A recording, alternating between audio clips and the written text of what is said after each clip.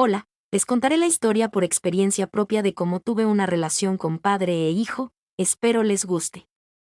Nunca me ha gustado llamar a lo mío un error porque esa palabra suena a tropiezo accidental, a vaso derramado, a equivocación inocente. Lo mío fue una decisión. Y cuando una decisión te persigue durante años, deja de ser decisión y se convierte en una marca. Como una cicatriz que no se ve, pero que cambia cómo caminas, cómo hablas, cómo sonríes. Yo soy esa mujer a la que la gente describe con frases que suenan limpias, muy seria, muy tranquila, no mata ni una mosca, bien portada. Soy la que baja la mirada cuando saluda, la que habla despacio, la que parece incapaz de hacer algo que incomode a una familia entera. Y justo por eso, por esa máscara natural que me sale sin esfuerzo, nadie sospecha lo que hice. Nadie lo sabe completo. Nadie lo dice. Pero lo sienten. Y yo lo siento más que nadie, porque cada reunión familiar es una prueba de fuego donde tengo que respirar, sonreír y fingir que mi corazón no se está ahogando en su propio ruido. Todo empezó hace no mucho, cuando yo todavía creía que el silencio de un hombre era un misterio romántico y no una advertencia. Yo tenía esa edad en la que te sientes adulta solo porque ya te pagan, pero por dentro sigues siendo una niña que quiere que la elijan. En mi casa siempre fueron estrictos con las formas, con la familia, con lo que se ve. Mi papá es de los que saludan fuerte, estrechan manos, preguntan por el trabajo. Mi mamá es de las que te miran con esa sonrisa cortés que esconde un escáner. Ella no te pregunta si estás bien, ella lo detecta. Y luego, cuando detecta algo, te lo guarda y lo usa cuando le conviene, no por maldad, sino por costumbre. Crecimos así. Apariencias. Respeto. ¿Qué va a decir la gente? Y yo, para sobrevivir, me volví correcta. Correcta hasta el exceso. Hasta que conocí a Daniel. No se llamaba Daniel, pero así lo voy a llamar porque en mi memoria su nombre real todavía pesa. Daniel era complicado. De esos hombres que entran a un lugar y no gritan, pero se sienten. Tenía carisma cuando quería y ausencia cuando le daba la gana. La primera vez que salimos pensé que era tímido. La segunda pensé que era profundo. La tercera entendí que era impredecible, y mi peor defecto es que lo impredecible me da curiosidad. Lo conocí por los compadres de mis papás. Familias de esas que se cruzan en bautizos, bodas, aniversarios, fiestas patronales, domingos de carne asada. Los adultos se llaman compadre con esa confianza que suena a pacto. Los hijos crecemos cerca, pero no tan cerca como para ser hermanos. Lo suficiente para conocernos de vista. Lo suficiente para que un día, sin aviso, un mensaje cambie el ritmo de tu semana. Daniel me empezó a escribir. Cosas simples. Memes. Preguntas pequeñas. Luego invitaciones.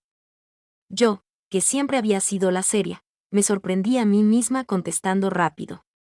Me gustaba que me viera como algo más que la hija de los compadres. Me gustaba sentir que alguien me escogía sin que yo tuviera que esforzarme por ser la versión correcta de mí misma.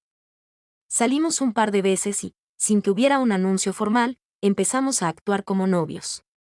¿No hubo ese ¿quieres ser mi novia? Con ramo de flores. Fue más como un acuerdo silencioso. Nos buscábamos, nos despedíamos como pareja, nos hablábamos como si ya tuviéramos derecho el uno del otro. Yo me dejé llevar.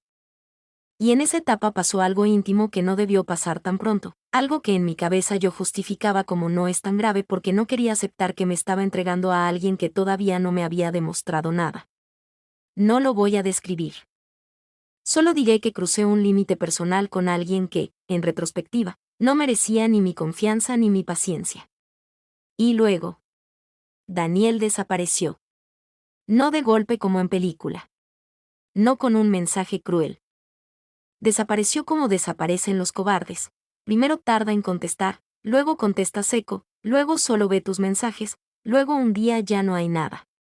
Un silencio que te obliga a inventarte explicaciones para no aceptar la más simple, no le importas. Yo me hice pequeña. Me culpé. Me dije que quizá me había visto intensa, que quizá yo había leído mal, que quizá él tenía problemas. Todo antes de decirme usó. Porque aceptar eso era aceptar que la chica seria también puede ser ingenua. Pasaron semanas. Yo seguía viéndolo a veces en reuniones, de lejos, con esa cara neutral, como si nunca hubiera pasado nada. Eso era lo que más me dolía, que él podía caminar limpio porque nadie sabía, y yo caminaba con un secreto pegajoso en la garganta. Un día recibí un mensaje que me congeló.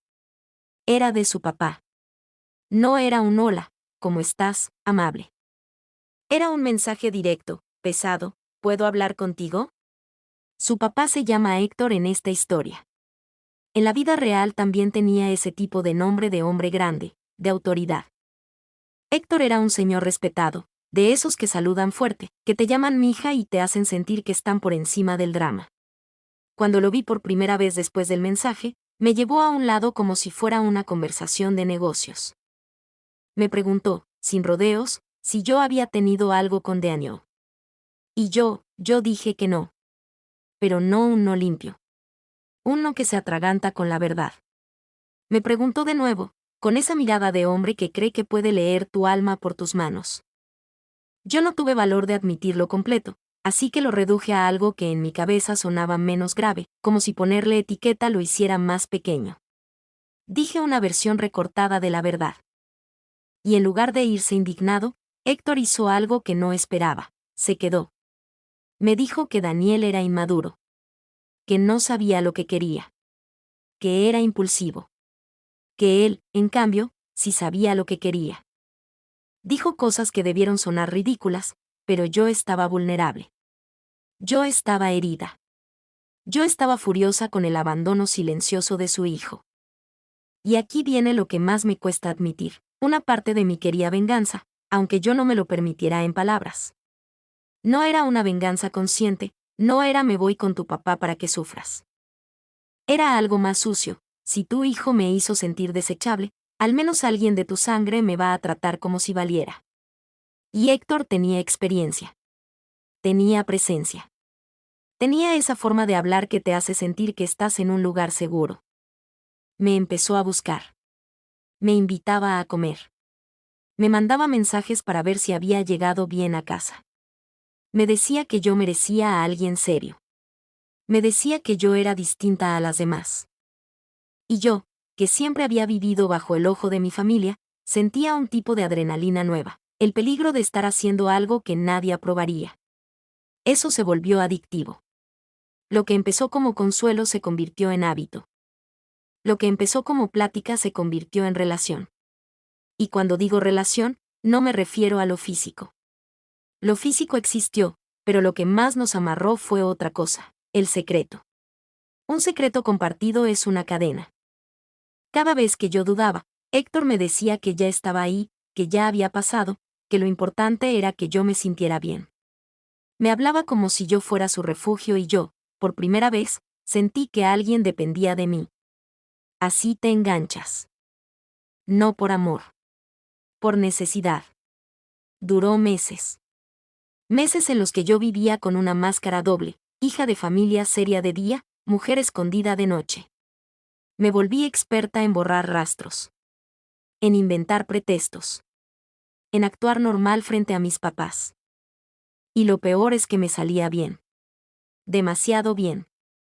En mi cabeza yo todavía era la seria, la buena, solo que con un secreto. Pero los secretos no se quedan quietos. Se expanden. Un día entendí que Héctor no era un refugio. Era un hombre que siempre había querido controlar su mundo, y yo solo era una pieza que le daba emoción. Me di cuenta de que, cuando yo ponía un límite, él se molestaba.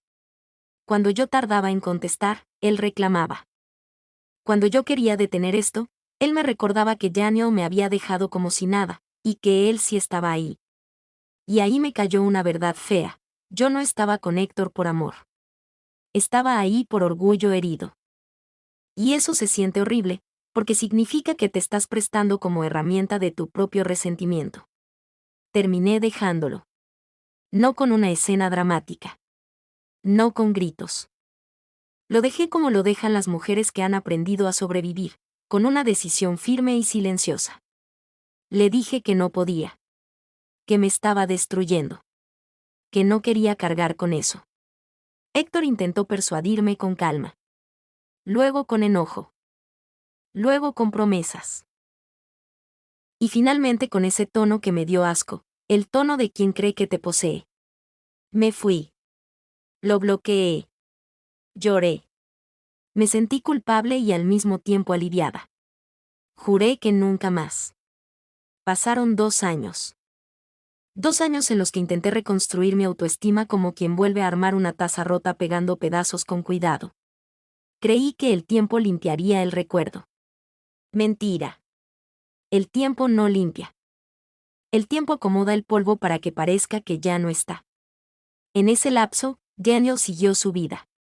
Yo escuché por terceros que tenía otra novia. Me dolió de una forma absurda, porque yo ya estaba lejos, pero una parte de mí seguía esperando que él volteara a verme con arrepentimiento. No pasó. Y de pronto, en una reunión familiar, los vi otra vez a ambos. Héctor y Daniel. En el mismo patio. Con la misma sangre. Con la misma manera de sonreír, como si nada. Los compadres de mis papás. La misma mesa larga, las mismas sillas, el mismo ruido de platos, el mismo olor a carne asada y refresco. Y yo ahí, con mi cara de no mata ni una mosca, sintiendo que el corazón se me iba por la garganta. Daniel me saludó como si fuéramos conocidos de vista. Yo contesté con una sonrisa educada. Héctor me miró un segundo más de lo normal. Nadie lo notó. Pero yo sí. Los ojos de Héctor tenían esa calma peligrosa de quien sabe algo y no lo va a decir, todavía. Esa reunión fue una tortura lenta. No por lo que dijeron, sino por lo que no dijeron. Por los silencios.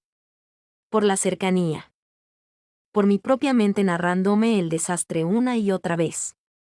Después de esa reunión, Daniel me buscó. Me escribió como si el pasado no existiera. Y yo no debí contestar. Pero contesté.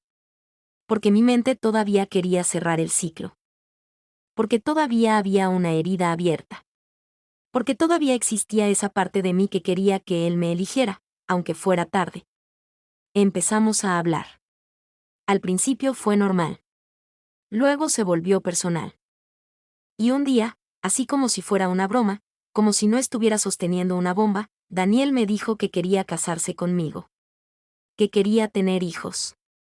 Que él ya estaba listo. Que él podía mantenerme. Que él quería hacer las cosas bien. Yo me quedé helada. No por emoción. Por pánico. Me lo dijo con una seguridad que me pareció ajena. El mismo hombre que me había dejado en silencio ahora hablaba de matrimonio como si fuera una compra planeada. Yo no supe qué contestar. Le dije que no creía que mis papás estuvieran de acuerdo. Y ahí mi mente se equivocó de frase. Porque dije lo que tenía más cerca, no lo que convenía. Dije que a mi mamá le agradaba a Héctor. Daniel se rió, como si fuera algo simple. Dijo que entonces tendríamos que convencer a mis papás. Que si yo decía que sí, todo se arreglaba. Convencer a mis papás. Como si mi vida fuera una junta de trabajo. Como si el pasado no existiera. Como si Héctor no existiera. Yo sentí que me faltaba aire. Vi la escena completa en mi cabeza. Yo casada con Daniel, sentada frente a Héctor en reuniones familiares, fingiendo, sonriendo, cargando un secreto que me pudiera explotar en la cara cualquier día. Vi la posibilidad de que Héctor, por celos o por orgullo, un día decidiera hablar. Vi a mi madre decepcionada. Vi a mi padre perder el respeto. Vi el apellido de mi familia manchado en un pueblo donde todo se sabe por rumores. Y, sobre todo, vi mi propia cara en el espejo, una mujer tratando de fingir inocencia mientras se pudre por dentro. Daniel insistió. Me preguntó por qué dudaba. Me dijo que él sabía que yo lo quería. Yo lo miré y me dieron ganas de reír, pero de esa risa fea que sale cuando estás a punto de quebrarte. En vez de contar la verdad, dije algo que me salió como una defensa automática. Dije que yo había hecho algo imperdonable. Que no podía. Que no tenía sentido seguir hablando. Daniel se quedó con la intriga. Yo lo sentí. Lo vi en su cara. Quiso preguntar, pero su orgullo lo detuvo. Dejamos de hablar. Y con eso yo pensé que el universo me había dado una salida. Pero no. Lo peor no era Daniel. Lo peor era el eco de la verdad. Porque un secreto no se calma solo porque tú lo guardes. Se agita cuando el mundo te roza. La cosa se complicó cuando, en un giro que me pareció cruel, terminé hablando con la madre de Daniel. La esposa de Héctor. Se llama Marisela en esta historia. Marisela y Héctor estaban separados, pero no divorciados. De esos matrimonios que siguen existiendo por papeles, por dinero, por costumbre y por orgullo. Yo no tenía intención de hablar con ella de nada profundo. Fue una conversación que se dio como se dan las conversaciones en familias grandes. Te cruzas, te quedas a solas, alguien suelta una frase, y sin querer ya estás metida hasta el cuello. Marisela me habló de Héctor con una frialdad que me dejó helada. Dijo que su relación con él era un acuerdo. Que ella había aguantado por estabilidad. Que a esas alturas ya no le importaba lo que Héctor hiciera. Que lo toleraba por comodidad. Lo dijo con un cinismo tan tranquilo que me dio miedo. Como si el matrimonio fuera un contrato y el amor solo un adorno. Y luego me dijo algo que me hizo sentir el estómago pesado, me dijo que Daniel, en aquel tiempo, había hablado con ella sobre mí. Que sí me quería, pero que decidió terminar conmigo porque no tenía dinero, ni casa, ni nada que ofrecerme. Que él se sentía menos. Que además estaba tomando de más, que andaba desordenado, que sabía que si se quedaba conmigo me iba a fallar. Marisela lo dijo como quien cuenta un chisme, pero a mí me cayó como un ladrillo en el pecho. Porque en ese instante entendí algo muy feo, yo no fui desechada porque no valiera. Fui desechada por inseguridad de él. Y lo peor, mientras yo me consumía pensando que no le importaba, él estaba justificándose con vergüenza. Y ahí se me cruzó por la mente una frase horrible, de esas que te hacen sentir peor por haberlas pensado, la regué en grande. Porque si en ese entonces yo hubiera tenido paciencia, si hubiera hablado, si hubiera exigido claridad, quizá todo habría sido distinto. Pero yo no hice eso. Yo me fui directo a lo más oscuro, me aferré al que sí estaba disponible, aunque fuera el equivocado. Y ese equivocado era su papá. En ese momento sentí que el piso se movía. Porque mi historia se acomodó de golpe y quedó todavía más asquerosa. Daniel no me dejó por maldad pura, me dejó por miedo, por vergüenza, por no sentirse suficiente. Y yo, en lugar de esperar oírme con dignidad, me fui por el camino que destruiría cualquier posibilidad de futuro, me metí con Héctor. Nadie me obligó. Nadie me empujó. Yo decidí. La culpa no era solo culpa. Era conciencia. Después de esa conversación con Marisela, empecé a vivir con la sensación de que el secreto ya no era mío. Era de la familia completa, aunque nadie lo supiera. Era como tener una mancha en el vestido y fingir que no está mientras todos te abrazan. Empecé a evitar reuniones. A inventar excusas. A no ir a fiestas.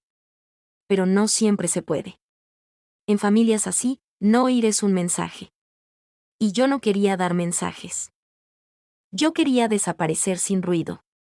No se puede. En una de esas reuniones inevitables, volví a ver a Daniel. Estaba más grande. Más serio. Menos sonrisa fácil. Me buscó con la mirada. Supe que todavía estaba pensando en lo imperdonable. Y eso fue lo peor, su intriga lo mantenía cerca. Y yo no tenía manera de apagar esa intriga sin incendiarlo todo. Héctor también estaba ahí, como siempre, ocupando espacio. Saludando fuerte. Abrazando a mi papá. Diciendo compadre con orgullo. Y cada vez que lo decía, yo sentía un golpe en el estómago, porque yo sabía cosas de él que mi papá no sabía. Cosas que cambiarían la forma en que lo miraría. Y yo cargaba esa bomba sin haberla pedido, pero sí habiéndola armado con mis propias manos. Lo más terrible de todo es que nadie me veía como una amenaza. Nadie pensaba esa muchacha es capaz de hacer algo así. Ese era mi escudo y mi castigo. La gente confiaba en mí por mi cara. Por mi timidez. Por mis respuestas cortas. Yo era la niña bien. Y en silencio yo pensaba, si supieran. Con el tiempo empecé a notar algo más. Héctor me miraba cuando Daniel me hablaba. No siempre, no de manera obvia. Pero lo hacía. Como si quisiera medir algo. Como si quisiera comprobar que su control seguía existiendo, aunque ya no estuviéramos juntos.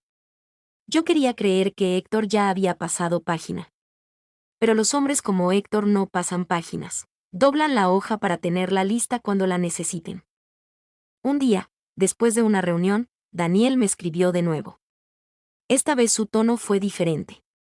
No era coqueto. Era directo. Me dijo que necesitaba saber. Que no podía sacarse de la cabeza lo que yo había dicho. Que él no era perfecto, pero que al menos quería claridad. Leí su mensaje varias veces. Sentí pena. Sentí rabia. Sentí una tristeza espesa. Porque una parte de mí quería decirle la verdad, no por limpieza moral, sino por respeto humano. Pero la otra parte de mí, la parte que aprendió a sobrevivir en una familia donde la reputación lo es todo, me dijo, si hablas, te destruyes tú y destruyes a tus papás también. Y ahí me di cuenta del verdadero castigo de mis decisiones. Yo ya no podía escoger solo por mí. Cualquier paso afectaba a otros.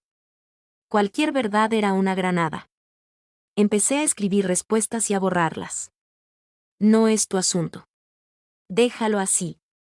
Fue un error. No preguntes. Nada servía. Todo sonaba a mentira. Todo sonaba a cobardía. Y yo estaba cansada de ser cobarde. Así que decidí algo distinto. Decidí enfrentarme a mí misma sin explotar a nadie. No le dije la verdad a Daniel. No podía. Pero le dije algo que, al menos, era real, le dije que yo me había perdido en un momento difícil, que había tomado decisiones de las que me arrepentía, y que por respeto a su familia y a la mía, había cosas que no podía hablar. Le dije que entendía su intriga, pero que algunas verdades no se pueden decir sin destruir todo. Le dije que si él insistía, me obligaría a alejarme para siempre. Daniel tardó en contestar. Cuando contestó, fue con una frase corta, entonces sí fue algo grave. No lo negó. No lo minimizó. Y en esa frase sentí su dolor. Porque su mente empezó a llenar los huecos. Y cuando un hombre llena huecos, generalmente imagina lo peor. Me quedé mirando el teléfono con el corazón latiendo fuerte, con esa sensación de estar atrapada entre dos paredes. Por un lado, mi culpa. Por el otro, las consecuencias. Ese mismo mes hubo otra reunión familiar, un cumpleaños de alguien cercano. Yo no quería ir. Mi mamá me miró y me dijo que no fuera rara. Que esas cosas se notan. Que la familia se debe ver unida. Yo sonreí como siempre y dije que sí. Me puse un vestido discreto, me peiné simple, me maquillé lo mínimo. La versión de mí que no levanta sospechas. Llegamos y ahí estaban. Daniel con su mirada fija. Héctor con su voz fuerte. Marisela con su sonrisa fría. Yo respiré y me dije, solo sobrevive la noche. Solo una noche más. En algún momento Daniel se acercó a mí con una bebida en la mano. Me habló de cosas pequeñas, como si quisiera que yo bajara la guardia. Me preguntó si yo estaba saliendo con alguien. Le dije que no. Me preguntó por qué. No supe qué decir. Entonces soltó algo que me heló la sangre. Me dijo que él había pensado muchas cosas de lo imperdonable, y que una de las cosas que más le dolía era pensar que yo había estado con alguien cercano a él solo para lastimarlo. Yo sentí que la cara se me calentaba. No porque me hubiera descubierto, sino porque su mente estaba peligrosamente cerca. Me preguntó si era eso. Si yo había querido vengarme. Yo tragué saliva. Y por primera vez en mucho tiempo dije una verdad completa, aunque no le dije los nombres, le dije que sí, que había estado rota, que si había tenido rabia, que si había querido sentir que valía. Le dije que me arrepentía. Le dije que yo no era la mujer que él creía. Daniel me miró como si esa frase fuera un golpe. Me dijo que entonces nunca me conoció. Yo no respondí. Porque ¿cómo respondes cuando alguien te dice una verdad tan simple? Él se fue. Yo me quedé con la bebida en la mano, temblando por dentro, sosteniendo la máscara por fuera. Más tarde, Héctor se acercó. Me preguntó cómo estaba, como si fuéramos desconocidos. Me dijo mi hija con esa confianza que daba miedo. Me habló de trabajo, de cosas normales. Y luego, bajando la voz, me dijo algo que me dejó sin aire. Me dijo que el mar se traga muchas cosas, pero los pueblos no se tragan nada. Fue una frase corta. No fue amenaza directa. Fue un recordatorio. Yo entendí el mensaje, él seguía teniendo poder. El poder de hablar. El poder de insinuar. El poder de arruinar. Y en ese instante sentí odio. No solo hacia él. Hacia mí también, por haberlo dejado entrar en mi vida. Esa noche llegué a mi casa y me encerré en el baño. Me miré al espejo. La misma cara seria. La misma mirada tranquila. Y por dentro una tormenta. Lloré sin ruido. Porque incluso llorar fuerte me parecía peligroso, como si alguien pudiera escuchar y descubrir mi vergüenza. Me senté en el piso y por primera vez me pregunté algo que nunca me había permitido. ¿Por qué me castigaba tanto si ya había aprendido? Y la respuesta me dio miedo, porque todavía no había pagado. Porque en mi mente el pago era que todos supieran. Y como no podían saber, mi castigo era eterno, vivir incómoda, vivir nerviosa, vivir cuidando cada gesto en reuniones familiares. Pasaron más meses. Daniel se alejó. Yo también. Héctor seguía presente en los eventos como si nada. Marisela seguía con su frialdad, como si el mundo fuera un negocio. Mis papás seguían felices con sus compadres, sin imaginar el lodazal en el que yo me había metido. Y ahí entendí algo con una claridad dolorosa: no todo se arregla con confesión. A veces confesar no es valentía, es egoísmo. Porque confesar te limpia a ti, pero ensucia a todos. Yo no quería ensuciar a mis papás. Yo no quería romperles el mundo. Eso no me hacía santa. Solo me hacía responsable de una parte del desastre. Así que cambié de estrategia. En vez de intentar limpiar el pasado, empecé a construir un futuro donde ese pasado no mandara. Empecé a trabajar más. A ahorrar. A enfocarme en mi vida. A buscar terapia en secreto, porque en mi familia esas cosas no se hacen. Ahí, con una persona desconocida, dije por primera vez la verdad completa sin nombres, sin maquillaje. Y fue como sacar un vidrio del pecho. Dolió, pero me dejó respirar. Entendí que la culpa no se va porque te castigues. La culpa se transforma cuando aprendes. Empecé a practicar algo que nunca había practicado: poner límites. En reuniones, si Genio me hablaba, yo respondía educada y ya. Si Héctor se acercaba, yo me movía. Si mi mamá preguntaba, yo decía que estaba cansada. Sin explicaciones largas. Sin inventar historias. Solo límites. Poco a poco el secreto dejó de ser un monstruo rugiendo y se volvió un animal dormido al que yo ya no alimentaba con miedo. Un día, en una reunión inevitable, Daniel se acercó. No para coquetear. No para preguntar. Para despedirse. Me dijo que se iba a ir a trabajar a otra ciudad. Que necesitaba empezar de nuevo. Me miró con una tristeza tranquila y me dijo algo que me rompió y al mismo tiempo me liberó. Me dijo que él también había fallado, que él había sido cobarde al dejarme sin explicación, que él había tomado malas decisiones después. Y que quizá lo imperdonable no era solo mío. Me dijo que esperaba que yo estuviera bien. Yo asentí. No lloré. No me quebré. Le dije que también esperaba que él estuviera bien. Y por primera vez sentí que algo se cerraba, no por confesión, sino por reconocimiento mutuo de la fragilidad humana. Héctor estaba lejos, hablando con mi papá. Lo vi reír. Vi su mano en el hombro de mi padre. Vi la escena y, por primera vez, no sentí ganas de gritar. Sentí lástima. Lástima por ese hombre que creía que el poder era tener secretos. Lástima por mí por haber caído. Y orgullo, pequeño pero real, por haber salido. No del todo limpia, pero fuera. Hoy sigo viéndolos de vez en cuando. Sí, sigue siendo incómodo. Sí, mi conciencia a veces me tortura. Especialmente porque mi cara no parece capaz de eso. La máscara sigue ahí. Pero ya no la uso para engañar, la uso para vivir. Porque la verdad es esta, yo hice algo mal. Muy mal. Y aún así sigo siendo humana. No soy un monstruo. Soy una mujer que se rompió, que se equivocó buscando consuelo, que confundió atención con valor, que aprendió tarde el precio de una decisión impulsiva. ¿Con qué cara lo saludo? Con la cara de quien ya entendió que el pasado no se borra, pero no tiene que dirigir tu vida. Lo saludo con educación, con distancia y con una promesa silenciosa. Nunca volver a traicionarme a mí misma para sentirme elegida. Y si algo bueno salió de todo esto, es esto, ya no juego a ser la que no mata ni una mosca. Ahora soy la que aprendió. La que se hace responsable. La que no se vuelve a meter al fuego solo para comprobar que puede aguantar el dolor. Porque sí, fui seria, tímida, correcta. Y aún así caí.